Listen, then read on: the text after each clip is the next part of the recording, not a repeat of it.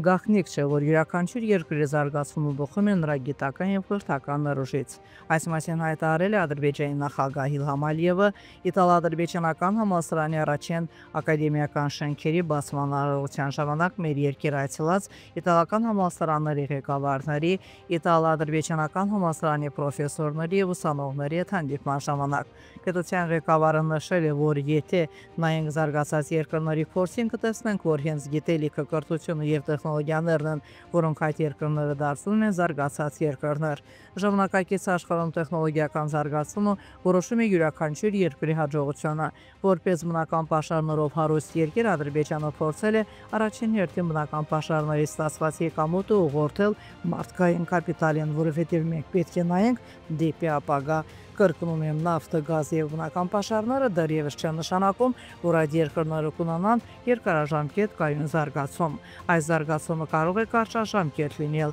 Երկարաժամկետ կայուն զարգացումը կառուցվում է գիտելիքների, տեխնոլոգիաների և կրթության մակարդակի վրա։ Ահա թե ինչու մենք Ադրբեջանում մեծ ուշադրություն ենք դարձրել այս ոլորտին և տարիներ շարունակ իրականացրել ենք բազմաթիվ կարևոր նախագծեր։